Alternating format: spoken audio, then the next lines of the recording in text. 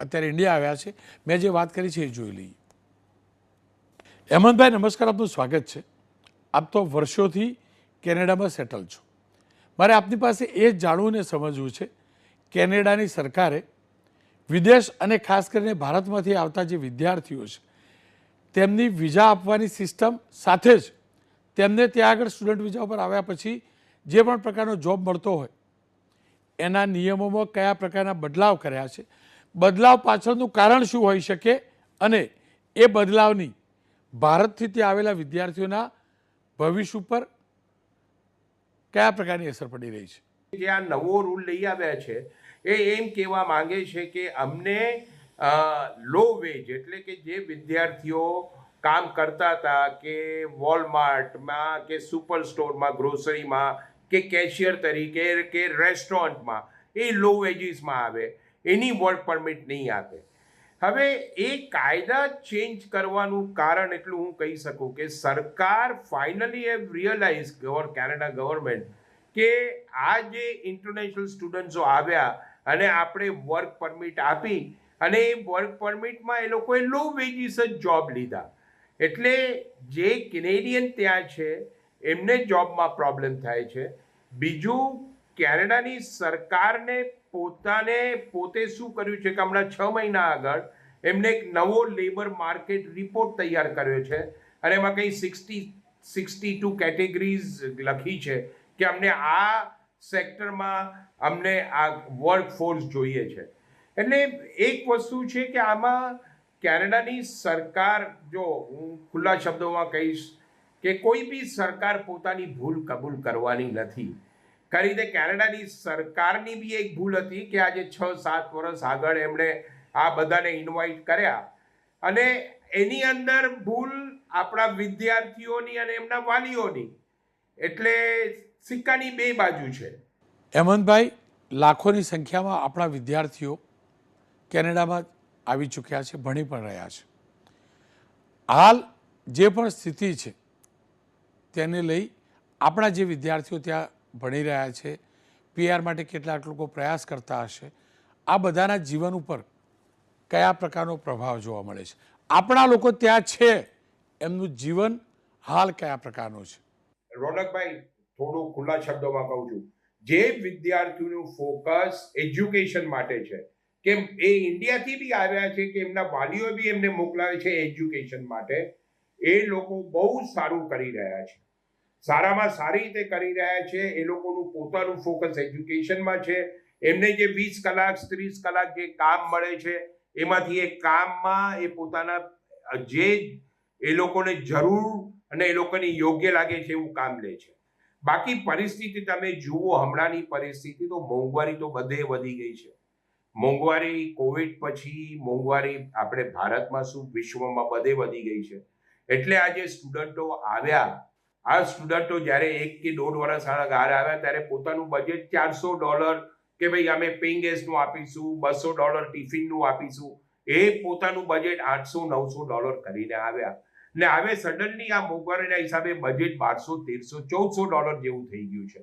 એટલે એ તો થોડી એમને તકલીફ પડવાની છે. અને ફરીથી હું કહીશ કે જો તમે ખરેખર ભણવા આવ્યા છો અને તમે ભણીને પછી કેનેડામાં જોબ સર્ચ કરશો કે અમેરિકામાં જોબ સર્ચ કરશો તો તમે જરૂર સફળ થશો.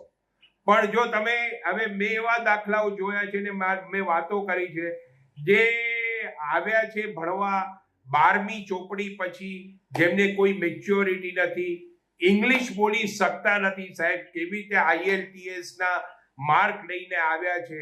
હવે એ વ્યક્તિ કેવા જોબ કરશે તમે મને કહો? એની પછી ક્યાંથી આવક થશે?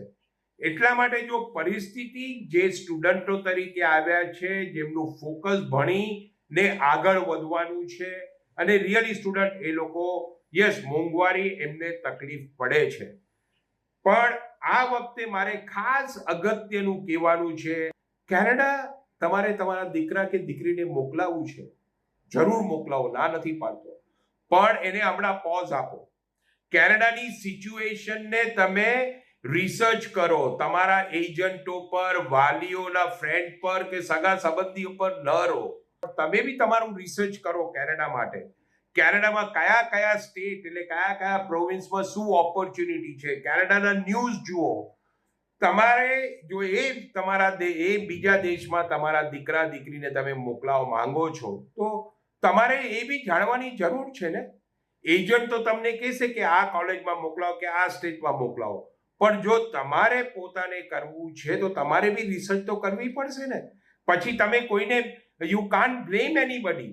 માફ કરજો, હું રોનકભાઈ કહું છું કે જે 12મી ચોપડીનો છોકરો કે છોકરી આવે, છોકરી તો હું સમજી શકું, જે છોકરો આવે છે ચાનો કપે ઘરમાં નહીં ઉપાડતો હોય, એને બા કે બેન કે ઘરવાળા આપતા હશે, થાળી પીરસીને આપતા હશે, એ વ્યક્તિને તમે ત્યાં કેનેડામાં જોબ કરાવવા મોકલો છો, એ રેડી છે? Is he ready? એ જ કહું છું કે એટલા માટે ટાઈમ મળ્યો છે તો કેનેડામાં મોકલતા પહેલા ઇન્ડિયામાં રેડી કરીને મોકલાવો.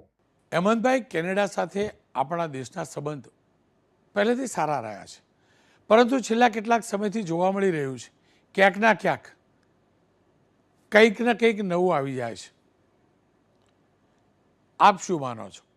કેનેડાની સરકાર આપણા સાથે, ખાસ કરીને આપણા ત્યાં રહેલા લોકો અથવા ત્યાં આવતા લોકો સાથે કોઈ પ્રકારનો દ્વેષભાવ રાખે છે? અને જો રાખતી હોય તો તે પાછળનું કારણ શું હોઈ શકે?